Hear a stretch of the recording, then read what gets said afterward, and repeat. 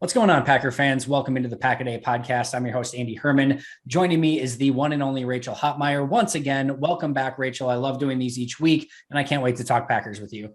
I am always happy to be here. Always look forward to breaking down what we saw on Sunday with you. One of my favorite people to talk football with, and we certainly have a lot to talk about.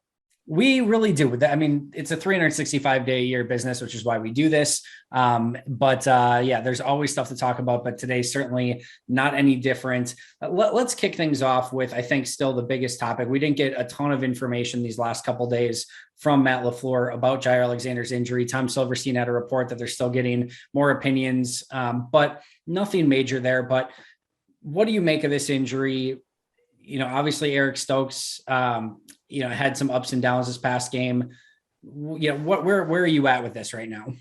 So as I'm sure many people watching this saw, it's a fourth down, goes underneath Najee Harris, and Alexander was immediately writhing in pain. My gut first went to his wrist. That's what it looked like he was grabbing, but really, I think he was grabbing the whole arm appendage. And then you see them holding sort of his shoulder as he's walking off the field. Thankfully, it was something that he can walk off for. He was deemed questionable after that, never out, but obviously Alexander did not return to the rest of that game.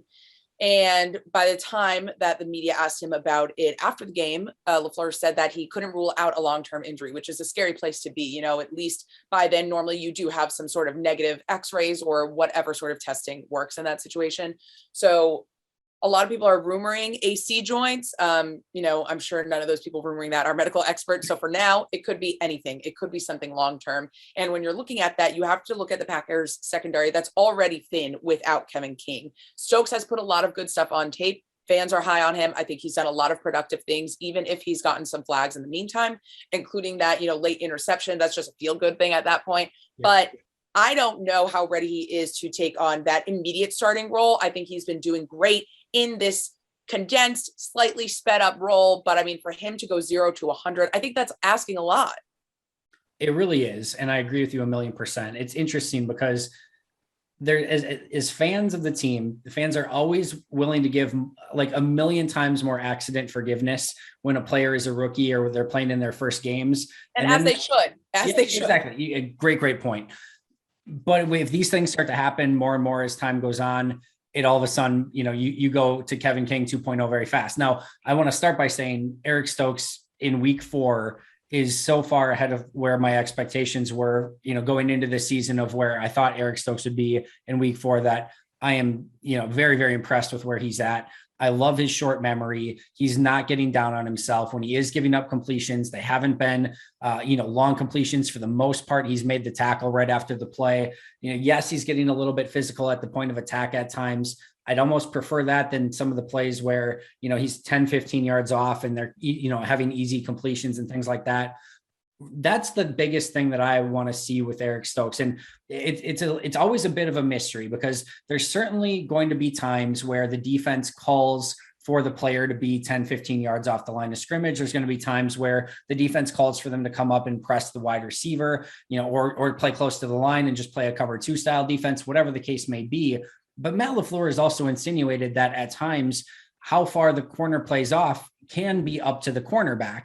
And that's where I'm curious with Eric Stokes and his development right now, because I actually like Eric Stokes quite a bit more running backwards than I do running forwards. Right now, when he's playing that 10, 15 yards off, he's not triggering quite as quick. I think he's just worried about that double move so much. He's not always trusting his instincts. And when that happens, if you're not triggering right away on some of those quick, it's a quick 7, 8 yard gain. And then if they can turn it up for 3, 4, 5 more yards, and it puts a lot of pressure on you to make that quick tackle. I don't think Stokes is there right now. And of course, when you've got a Jaire Alexander who is so sticky and can do anything coming up, moving back, left, right, it does not matter. He's like the Wonka Vader. It can go in any different direction you want. That's what Jaire Alexander is. Stokes doesn't have that. I would like to see him play much more up at the line of scrimmage. I'm okay with some of the grabbiness, some of the physicality, some of that sort of stuff.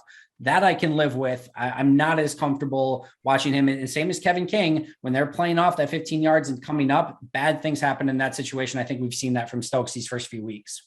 I certainly agree. I do think in this, past week 4, he was a lot more improved in that sort of sticky coverage. Almost every play that had been, caught and then a tackle after, he was right in line. So I do think he's improved that, but you're right. If the cornerback has that independence, then he needs to be playing up to his strengths. What are your thoughts about Isaac Yiadom? Packers acquired by trade in August. How do you think he did in his secondary performance? Yeah, he had some ups and downs. I thought there were a couple of plays where he actually, like, the technique was good. There are other plays he, late in the game where he gives up the big completion and then he goes out after that play. Was interesting. I don't know if he got banged up or if because he gave up the completion, they took him out and put Shamar in.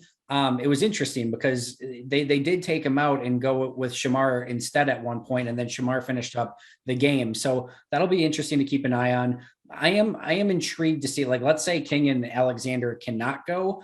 I'm interested to see. I mean, I guess at that point, it's probably Stokes for sure and Sullivan for sure. And then you're going to have to choose between Shamar and Yiadom. I think because you're probably leaning on that player to play outside, you probably go Yiadom if they're both healthy. But this is a non-ideal situation. Either way, you're either adding another rookie to the equation. By the way, Green Bay 5th in the league right now in snaps by rookies, which is really interesting. And I think there's actually more opportunity for players like maybe a Kylan Hill if an injury were to hit, Shamar Jean-Charles if an injury were to hit. Actually, there's more opportunity for players to play out there, even Slayton, Heflin, etc. So we'll see about that. But it'll be interesting to see what direction that they go in if both of those players would potentially be out this weekend. And I think we can't talk about the Steelers' performance without mentioning the absolute impact on this game that Rashan Gary had. This was definitely a coming to the ceiling, coming of age performance for him.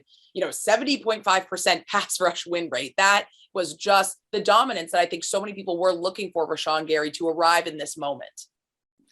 I don't even know what to like. I was so impressed. I was so impressed. And when I watched it live, when I watched it on the rewatch on the game rewind, I thought he had a nice game.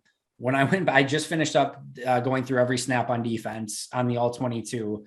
He was so good, and he was good against the run. He was good against the pass. And Ben Fennell and I have been talking on Fridays, and Ben's been talking about this for a while. When Rashan Gary gets into speed rush mode, he gets wiped out of the play. He just doesn't have that last second bend ability to kind of get around, flatten to the quarterback, and make that beeline to the quarterback. But when Rashan Gary decides to convert speed to power and forklifts, offensive linemen and pushes them back into the quarterback, he Supermaned, a couple offensive tackles this week, kind of went all Vince Carter, against, what was it, Russia in the Olympic game in that situation. But like, he went absolutely crazy. I loved this game from Rashan Gary in all aspects. If this Rashan Gary shows up now, he had some really tough offensive tackle matchups those first few weeks. He had a much nicer rookie matchup this week. So we'll see it. It's probably going to be somewhere in the middle from what we've seen these opening weeks. But man, that was as impressive as a performance I think we've certainly seen from Rashan Gary. And, outside of Zadarius Smith going on those absolutely nuclear games in 2019, I think that was one of the more impressive edge performances we've seen in a little bit. Absolutely. Huge sack, 4 solo tackles, 2 quarterback hits. I mean, he's finally putting up this type of performance. Now I have to ask, is there any world that you think you can see Rashan taking over for Zadarius? Yeah. Are you saying this year, next year? What's your time frame there? I mean, we don't have a time frame with Zadarius is back. So I think it's all up in the air, right? Yeah, no. So I think certainly, obviously, while Zadarius is out, this is Rashan and Preston. And I think the really difficult thing for Matt and this defense and everyone is going to be not playing Kenny, Rashan, and Preston 1,000% of the snaps, right? Like, when those guys are off, there's nobody that can come in for Kenny that's anywhere near close to Kenny. There's nobody on the edge that can come in for Rashan or Preston that are close to Rashan or Preston. They have 3 legitimate guys up front, and that's all they have. And anyone else is basically a replacement level player at this point. So not grinding them into the ground is going to be huge. If they get Z back this season at some point, we're going to see a ton of Rashan, Kenny, Z, and Preston on the field, especially on third downs and pressure packages. But going into next year, I think there's a really good chance that both Preston and Z are probably gone. This whole next offseason is going to be insane for a million different reasons, from QB to wide receiver to edge rusher to everything. It's going to be insane. I think Z and Preston are certainly going to be in those conversations, but regardless of what happens, regardless of when Z comes back, regardless of if Z and Preston are back next year or not, this is Rashan Gary's front for the foreseeable future. And this defensive front will probably be as good as he can get. If he plays like he did on Sunday, this defensive front has the ability to be pretty darn good.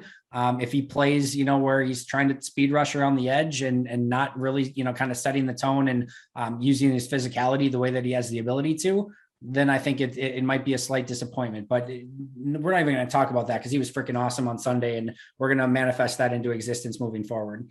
Freaking awesome is the right way to put it. I hope he's proud of that performance. Truly, as the Packers field goal unit takes a step back, the run defense took a step forward. And I think if everybody wants to consider week one a mulligan, looking back on that performance versus the Saints, this was the Packers run defense that was so hyped up during this offseason. And again, another thing that has finally arrived just a few weeks late for this team. Yeah, you look at the last 3 weeks, this is what the running backs did. Now, some receivers and quarterbacks had some different, we saw Jared Goff rip off a huge run against the Packers, but you just look at the running backs against the Packers the last few weeks. 15 carries for 62 yards, 15 carries for 45 yards, 16 carries for 62 yards. 62 yards, the top that they've allowed to running backs in the last 3 weeks. And, San Francisco certainly was missing some of their, best running backs, but that's a team that you can, put you or I in there, Rachel, and usually they can run the football. We just saw Najee Harris in Pittsburgh, who is obviously a very talented back. And then, Swift and Jamal Williams, not exactly chop liver against Detroit either. So they've seen some good running backs. They've seen some good running attacks, and Green Bay's been able to be much more stout. And that's a variety of different things. All of the different gap issues that we saw in the Mike Pettin defense, we haven't seen those, certainly not to that extent with Joe Barry in this defense so far. We've also seen much less of the super, dime packages, or like, you've got, we've seen Adrian Amos and Henry Black play some at that hybrid linebacker position, but it's on very, very obvious passing downs, not on first, second down. This Joe Barry defense is putting his players in positions to succeed. And with the strength of those players, along with better gap responsibilities, and of course the play of Kenny Clark clogging things up in the middle, it's been a much improved run defense. And that's what gets you into some of those third and long situations, to be able to use your pressure packages, and Gary and Preston and Kenny can, kind of pin their ears back and rush the quarterback a little bit more. It's also just so simply allows them to control that game so much more. The pace is so much better when the Packers run defense is at this level. This is how they control so much of it. You're absolutely right. I think something that's maybe been a little slower that I think many can be disappointed in, considering the year he had last year, is perhaps Robert Tonyan. He's only had 1 touchdown, 8 receptions. He's averaging 9.3 yards, which is a shock. I mean, I that Tonyan anytime touchdown prop every week, but it just seems like the Rodgers-Tonyan connection has not been able to be as used. I'm not saying the communication, the chemistry isn't there, but it just hasn't been his go-to this year. And this is partially our fault, Rachel, as members of the media, whatever you want to call it. We crowned Bobby Tonyan in training camp, and it is the ultimate kiss of death. Whoever is the star of training camp immediately goes on to have a slow start to the season. It just is what it is. Like there's no mistake about it. Tonyan was amazing in training camp, and you can insert joke about playing against the Packers defense every day here, but regardless, even against the Jets in the practices, like he caught everything, and it was reported by everyone that was there.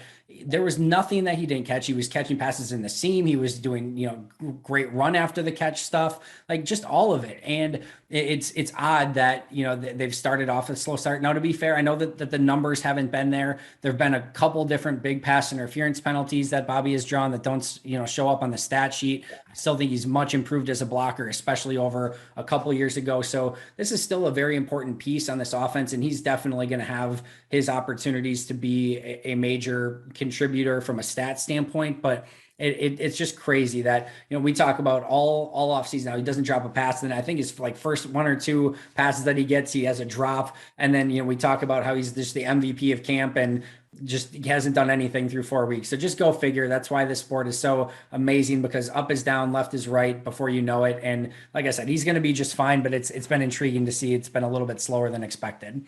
I think also 2 things to remember there is, and Rodgers will emphasize this himself, he's going to throw the open guy. After the camp Tonyan had, he's been very well covered. So we've seen that with the penalties drawn as well. Additionally,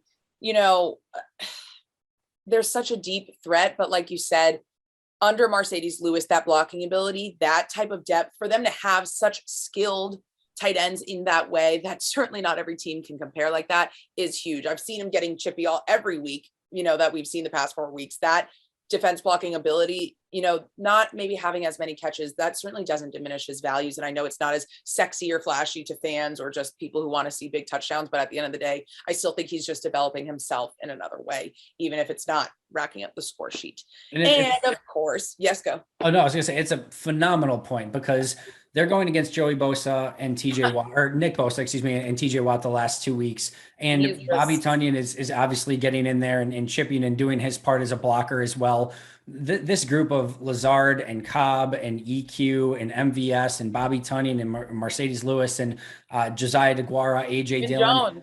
Yeah, all of them are so unselfish, and all of them with helping out in that regards and just making this offense go. And Tunyan's been a big piece of that. We've seen some absolute decleaters on Bosa a couple of weeks ago. He certainly was helping with Watt too. So that's a part of the reason why you can't just go out and run your route perfectly if you've got another job to do first, and then it's just kind of almost like a check down route after that, because the play's sort of already developed by that point. So that's a great point as well. But Rachel, we obviously are a Packers, video cast podcast here. However, we like to be an NFL, NFL mindful as well. And there's been a couple really interesting topics, and I want to go over the state of the Jacksonville Jaguars, because we don't need to get into the grind of Urban Meyer right now. I say that, pun intended.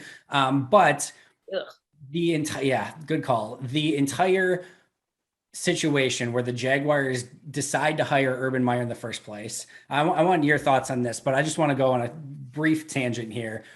This team had everything set up for them perfectly. They were ready to hire a new coach. They had the number 1 pick in the draft. They had another first-round pick, early second-round pick, some super young, talented players from Laviska Shenault, James Robinson. You've got a couple of really nice, good, offensive linemen. Check. Exactly. You've got Josh Allen on defense. You've got CJ Henderson. You just drafted in the top 10 at cornerback. They did have him at least. Like, there are some serious pieces here. They have free agent money to spend. Yep. You can kind of, in a way, follow the blueprint that the Chargers did with drafting Justin Herbert, putting weapons around him, building that offensive line, build the defense, go and do that, get a young head coach, and you're off and running. It's really not that hard these days. It's really not that hard. The blueprint is there, and they had the resources with the top picks and the salary cap and everything, open head coach. Like, they had everything right in front of them. And to hire Urban Meyer in this situation was egregious at best. Yep, just get your buddy a job. Exactly. You've got that. You've got the signing of Tim Tebow. You draft a running back in the first round when you've got James Robinson as a undrafted godsend the year before. You trade away CJ Henderson. You just mismanage every aspect of this. You franchise, tag a left tackle who probably was not worth the franchise tag. Every step of this was a nightmare. And I bring this up, and again, I want to get your thoughts on this, but I bring this up because I know sometimes there's some decisions on Kevin King, that are a little bit, frustrating as Packer fans, but there are a lot of teams that are just a absolute nightmare. And the Jacksonville Jaguars in this entire situation is the epitome of that. And honestly, Packers fans love to, general manage their team from the couch, and in a loving way, but still, I hope this serves as a reminder to so many football fans that it could be worse. I was previously in DC and spent a lot of time at FedEx Field covering whatever that franchise was doing for quite a few years. And now you see what's happening in Jacksonville. And I think the worst part of this development, every single step of the way was absolutely horrible, from the rehiring of Urban Meyer into the NFL. At this point, all you have to say is Urban Meyer. His name is notorious with a negative context for a reason. Yeah. To the way this has somewhat culminated, even though we know this isn't the end this weekend, with disgusting, embarrassing, reprehensible behavior that embarrasses his wife, his children, the franchise, his players. To now it's coming out that allegedly some players are telling reporters that he couldn't even address the whole team in one room today. He canceled a team meeting to handle his own personal blowback, addresses them by position group. And the second he leaves, they're laughing at him. It's an embarrassment for an adult man to have to apologize to his players like this. And then in his media apology, reference the fact that, oh, well, my quarterback did want to take a bachelor party to Vegas, and I just warned him about the dangers of that. Okay, if that's some father-son metaphor of, well, my son did a bad thing too, and I'm innocent here, absolutely not. Whatever you're trying to get out of by saying you're a quarterback who got married young and deserves to have a bachelor party doesn't excuse you from doing what you've done as a married man and face of an NFL franchise. And he's worked in football for so many years. He is well aware that the internet exists, no matter how much he uses it these days. There is no excuse to not expect something like that to end up in the public eye. And I feel really bad for the players that have to play under him at this point. I truly do, because at the end of the day, they have been embarrassed and they have been disrespected. And, sometimes I'm a huge believer, and I get people making mistakes, right? But it's how you respond to said mistakes. Exactly. And to just kind of sort of blow it off and give a half-hearted apology, not address his players, or say, just go up and say, and have a team meeting, say like, this is about that I screwed up. This is about the Jacksonville Jaguars moving forward. I'm going to be better. We're going to, whatever, like, get in front of your team, address it, bury it. You're not buried in the fact of like, try to ignore it, but like, just get it out in the open and address it. Exactly. And in that situation, they're much more likely to just move on and focus on Jaguar stuff moving forward. But to not address your team as a team, to cancel whatever, like, it's an insane ineptitude. I feel bad for the players, and I feel bad for the fans of that franchise right now, because this could have been something very, very special with this, how everything was set up. You have a potential, real true franchise quarterback, some really nice pieces on that team. They had the cap and everything we discussed, and it's already that they're probably going to have to start over with a new coach and rebuilding this roster already. And it's insane. It's absolutely insane. The other one I want to get your thoughts and opinion on, Broncos Ravens. We had the running play at the end of the game to try to get to 100 yards. And we, of course, had Vic Fangio, who was super upset about it. We had, Harbaugh quit back and say, how are you going to score 16 points with however many seconds left? Why weren't you just kneeling then if you didn't care, if you were just concerned about player safety? Where do you come in on this wonderful discussion? Zero disrespect to my mother when I say this, but Vic Fangio sounds a lot like my mom, who says that running up the score is terrible and what a lack of gamesmanship. She also hates the word gunslinger. So that's where she stands on these sorts of things in football. Perfect. Otherwise, I see no problem with it. A game is a game. You are playing football at the highest level of competition. You should expect nothing less. And I just think it is so ridiculous to even ask anyone to ever stop pursuing a win early. You play until the last second. You play until the winning team has the ball and they choose to run out the clock. But until then, if the clock is ticking and the football's in your hands, you should be playing games. And I just think it is absolutely ridiculous and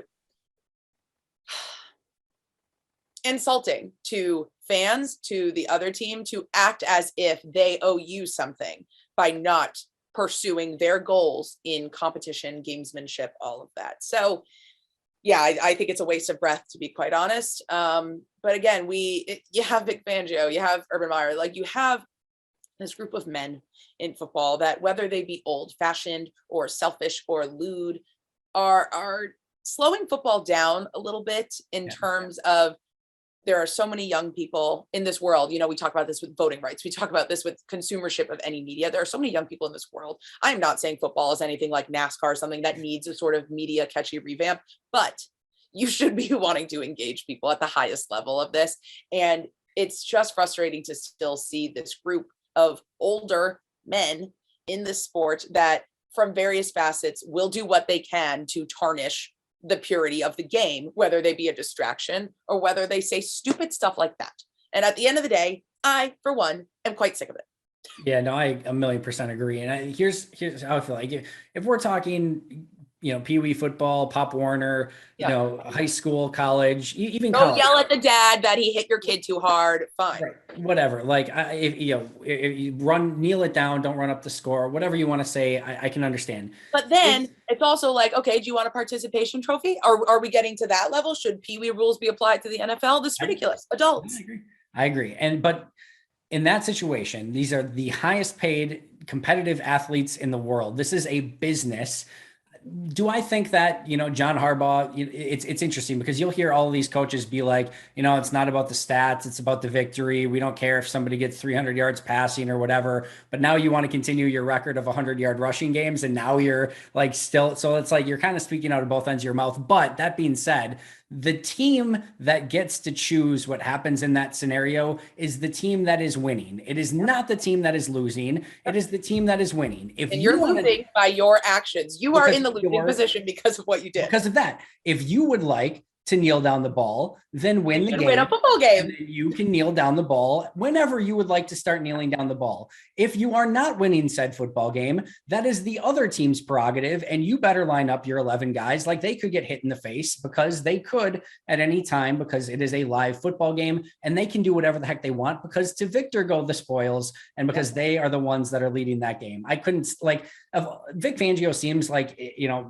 whatever, like somebody that wants to be hardcore and like whatever, and like, we're gonna be disrespect, like, just go out and play the game of football. Don't worry about some team running when they could kneel it down instead. I wouldn't even care about this, but it's not like, they were trying to get one more touchdown pass and Lamar Jackson is throwing a 90-yard bomb with 5 seconds left, right? They ran, one running play. So what? There's time on the clock. Exactly. Let it be. So I don't get it. Like, and I think the funniest thing of all, or maybe the worst thing of all, is like, if like Fangio can rally his team internally the next time they play the Ravens and be like, hey, remember when they did this? But when you are the one like coming out and talking to the media about it, you look like the baby, like you look like the petty one. And now the Ravens can use you as bulletin board material. It is bulletin board. And I think it's also just like, people love to throw out the phrase no fun league. Obviously, we've seen the standards of taunting increase exponentially this year. Let the kids play. I'll take the MLB saying into the NFL. Guys want to rush it some more? Why not? They're winning. There's time on the clock. The football is in their hands. Like, I just think it is so if you heard that meow, sorry. I just think it's so participation trophy-ish to demand fairness in that situation. All's fair in love and war, and not football. That's well said. I appreciate that greatly. I think that's all our topics today. You got anything else you want to go over, Rachel? By the time you're all listening to this, I'll be driving to Door County. Tell me your favorite places to get wine and apple cider donuts, please. Thank you. We need to do a Door County. Like, I did a big thing about training camp of like all the places to go, the places to eat, the sights to see in Green Bay, and like everything. If you're coming to training camp for the first time, some point in the off season, you and I got to do a Door County one. And easy. I think there's a couple like on the way. There's like, I think the cottage, like the Lombardi cottage or things like that we can like, spin some Packer stuff into it. But maybe we'll bring AJ Dillon on and we can have an AJ Dillon, Door County episode, you, me, and a tour guide would be nice. And we will, insert a local's favorite versus a player's favorite. I think we're all falling on different. Way we can get a Pack-A-Day trolley and the three of us can lead Door County tours. I think we're on. I'm sold. I am sold. I will ride shotgun in that trolley without a question. I'll be like Kramer on Seinfeld. I'll just have a big yellow bus and I'll be like, this is the Pack-A-Day podcast Door County tour. Here's some muffins without tops on them. That'll be what it's like. But Rachel, epic as always. Thank you so much for joining. I will talk to you in a week. I think that's all we got. So for you who are listening, thank you so much for joining us today. I will be right back here tomorrow with Peter Bukowski if everything goes to plan. So make sure to subscribe if you haven't already. But until next time, and as always, go Pack Go.